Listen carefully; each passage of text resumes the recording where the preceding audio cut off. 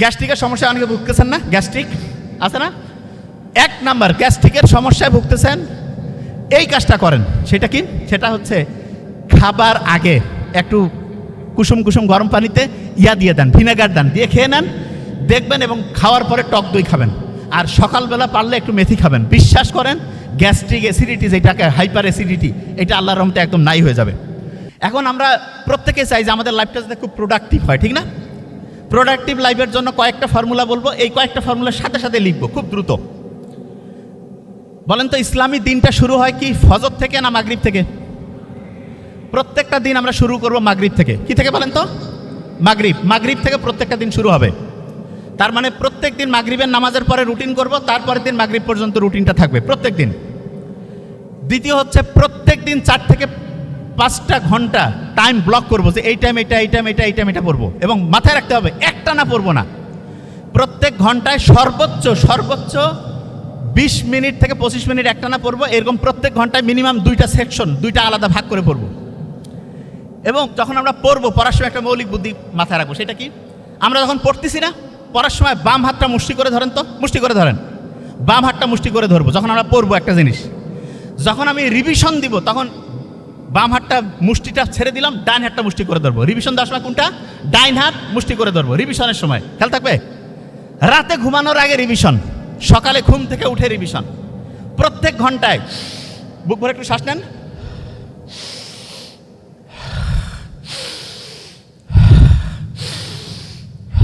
প্রত্যেক ঘন্টায় এরকম 5 থেকে 10 বার করবো। প্রত্যেক ঘন্টা এটা করতে হবে। আচ্ছা, অনেকের হয় না ডায়রিয়াতে অনেক লোক মারা যায় না? শোনেন, ডায়রিয়া যখন হয় তখন একটা কোষের সাথে আরেকটা কোষের কথা বলা বন্ধ হয়ে যায়, কানেকশন নষ্ট হয়ে যায়। এবং ডায়রিয়া যদি হয়, এটা খুব ইম্পর্ট্যান্ট। ডায়রিয়া যদি কারো হয়েছে এবং ওই সময় যদি দেখেন যে তার প্রস্রাব হচ্ছে না, তাহলে সাথে সাথে ডাক্তারের কাছে নিয়ে যাবেন, নাহলে দেখা যাবে আল্লাহ না করুক কিডনি ফেইলিওর হয়ে লোকটা মরে যেতে পারে। ডায়রিয়া হয়ে গেলে স্যালাইন তো খাওয়াবে নেই, তার সাথে জিঙ্ক আছে না, জিঙ্ক প্রত্যেক দিন জিঙ্ক খাইতে হবে, 15 দিনে 2 বার করে 15 দিন। এবং ওই জিঙ্কটা কী করবে জানেন? ডায়রিয়া হলে আমাদের যে ডাইজেস্টিভ সিস্টেম আছে না, সেইটা এবড়ে থেবড়ে হয়ে যায়। ওই যে হঠাৎ করে গাড়ি চালাইতে গিয়ে অ্যাক্সিডেন্ট হইলে শরীরের কোনো জায়গায় একটা ওই ছিলে যায় না, ওই রকম ডাইজেস্টিভ সিস্টেমটা ওইরকম ছিলে যায়। ওই যে আপনি জিঙ্কটা খাইলেন, সেটা ডাইজেস্টিভ সিস্টেমটাকে সুন্দর করে রিপেয়ার করে। মলম যেমন একটা জায়গাকে সুন্দর করে রিপেয়ার করে, ওই কাজটা করে। এবং আরেকটা কাজ করে, সেটা কি?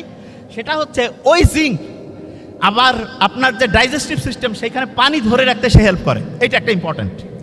মেয়েরা যারা আছেন দেখবেন, যখন মা হয় তখন তার শরীরে হরমোনের বিভিন্ন চেঞ্জ হয়। এই কারণে মেয়েদের প্রেগনেন্সির প্রথম দিকে দেখা যায় যে একটা মর্নিং সিকনেস, বমি বমি ভাব আসে। তা বিজ্ঞানীরা আমেরিকা, ইউরোপে থ্যালিডোমাইড নামে একটা ড্রাগ বের করলো, যেটা মিরাকল। কি করে? মেয়েদের মর্নিং সিকনেস নষ্ট করে দেয়, মানে মর্নিং সিকনেসের প্রবলেমটা দূর করে দেয়। ওই ওষুধ খেতে গিয়ে দেখা গিয়েছে 10,000-এর মতো বাচ্চা, তাদের হচ্ছে ব্রেইনের ডেভেলপমেন্টের সমস্যা হয়েছে। এবং 10,000-এর বেশি বাচ্চা, কারো হাত, কারো পা, ঠোঁট, এগুলোর বিভিন্ন অঙ্গের সমস্যা নিয়ে পরবর্তীতে প্রতিবন্ধী হয়ে চ্যালেঞ্জড বাচ্চা হয়ে পৃথিবীতে আসছে। এই জন্য মায়ের গর্ভে যখন বাচ্চা থাকে, আন্দাজে কোনো ওষুধ খাবেন না, খুবই ইমানদার ডাক্তার দেখে একেবারে বুঝে শুনেন।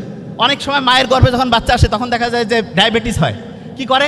কয় যে ডায়াবেটিস হয়েছে, এই সময় মুখে ওষুধ খাবে। নো, মায়ের গর্ভে যখন বাচ্চা, ওই সময় ডায়াবেটিস হলে ইনসুলিন তাকে শরীরে দিতে হবে, কারণ ইনসুলিনটা বাচ্চার কোনো ক্ষতি করবে না মায়ের গর্ভে যখন বাচ্চা। কিন্তু ওই সময় যে ওষুধ খায়, ওই ওষুধ সরাসরি বাচ্চার শরীরের গিয়ে তার ব্রেন, লিভার, কিডনি ধ্বংস করে দিতে পারে। মায়ের গর্ভ থেকে যখন পৃথিবীতে বাচ্চা আসলো, আল্লাহ ওই বাচ্চাকে খাওয়ার জন্য মায়ের গর্ভে ওই একটা কানেকশন লাইন বানাইছিল, যেটাকে বলে অমরা। আর পৃথিবীতে যখন আসলো, তখন তার জন্য হচ্ছে মাতৃদুগ্ধ।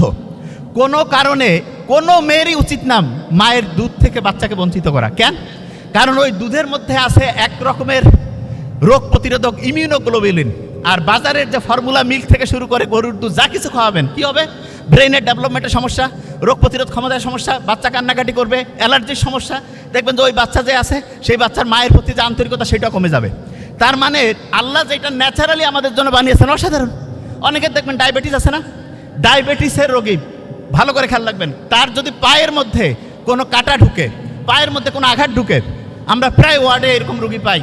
তেরে পায় নাই, ডায়াবেটিসের রুগী পায়ের মধ্যে আস্তে আস্তে আস্তে আস্তে একটা ফোড়া থেকে গোটাল পা কেটে ফেলতে হয়েছে। ডায়াবেটিসের রুগী প্রত্যেকদিন পাটা একদম, পায়ের তালাটা সুন্দর করে চেক করবেন, কোনো জায়গায় সামান্যতম ফুটা আছে কিনা, তাহলেই সাথে সাথে হচ্ছে ডক্টরের কাছে নিয়ে যাবেন। জ্বর যখন হয়, মোহাম্মদ সাল্লাল্লাহু আলাইহি ওয়াসাল্লাম বলছে না, জ্বর যদি হয়, জ্বর হচ্ছে আগুন, এটাকে পানি দিয়ে মোকাবেলা করো।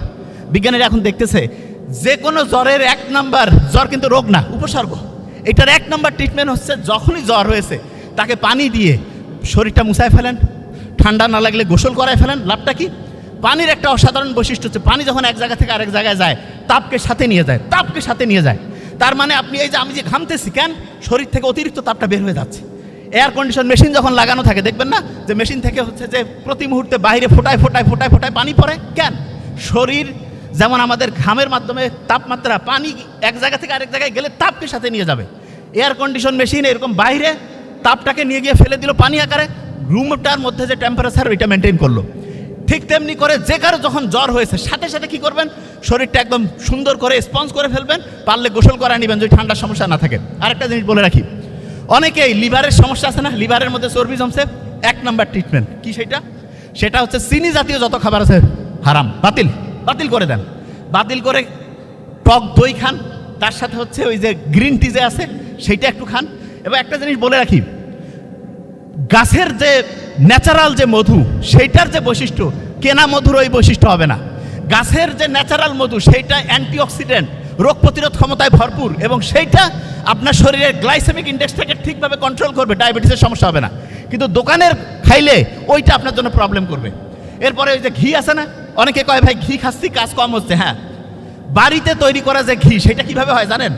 দুধ থেকে দই, দই থেকে মাখন, মাখন থেকে ঘি, এটা বাড়িতে বানানো। আর কোম্পানি যখন বানায় তখন সরাসরি ক্রিমটা উঠাই নিয়ে সেখান থেকে দই করে।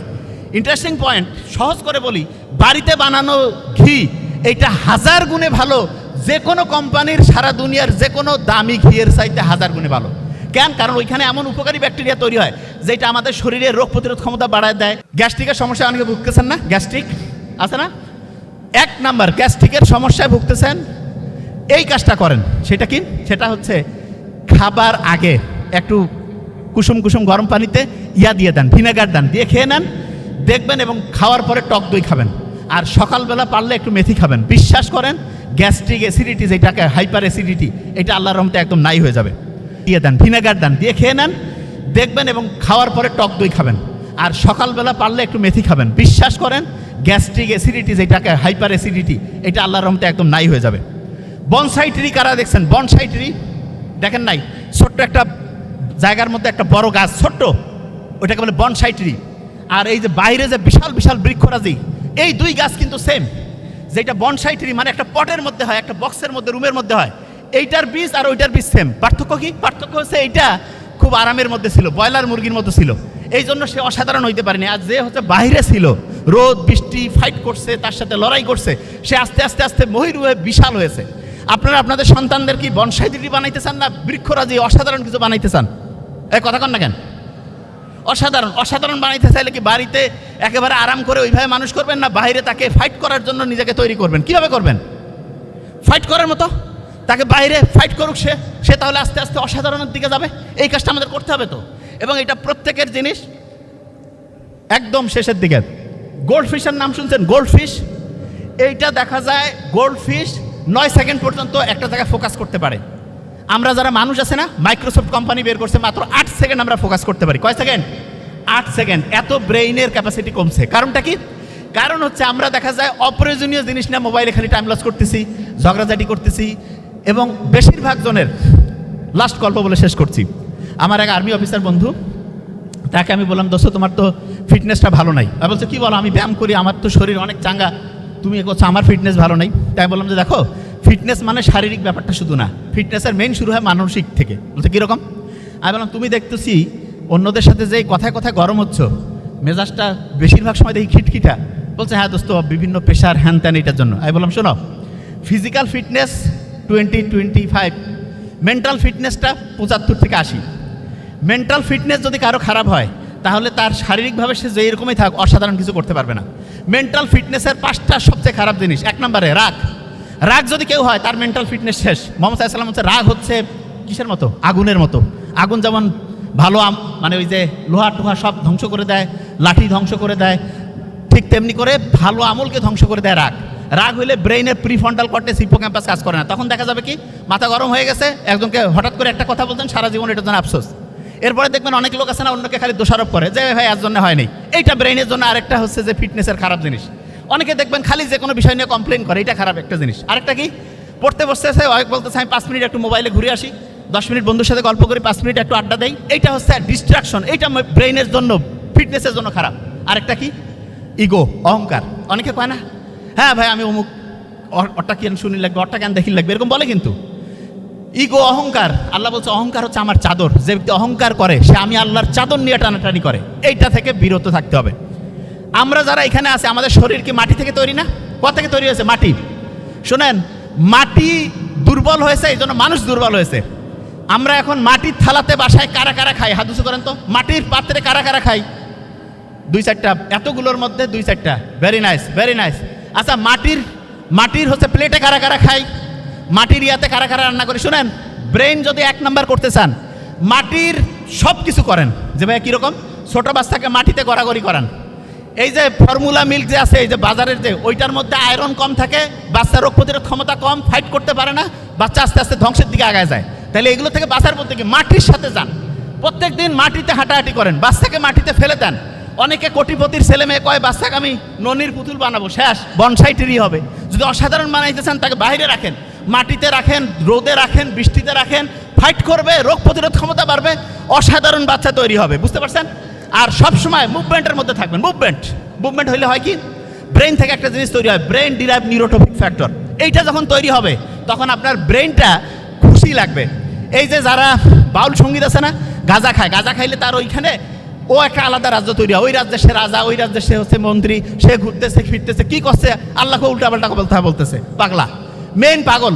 এবং যারা গাঁজাখোর বাউলের গ্রুপ, এদের কাউকে কোনো রকমের লাইসেন্স দেওয়া উচিত না।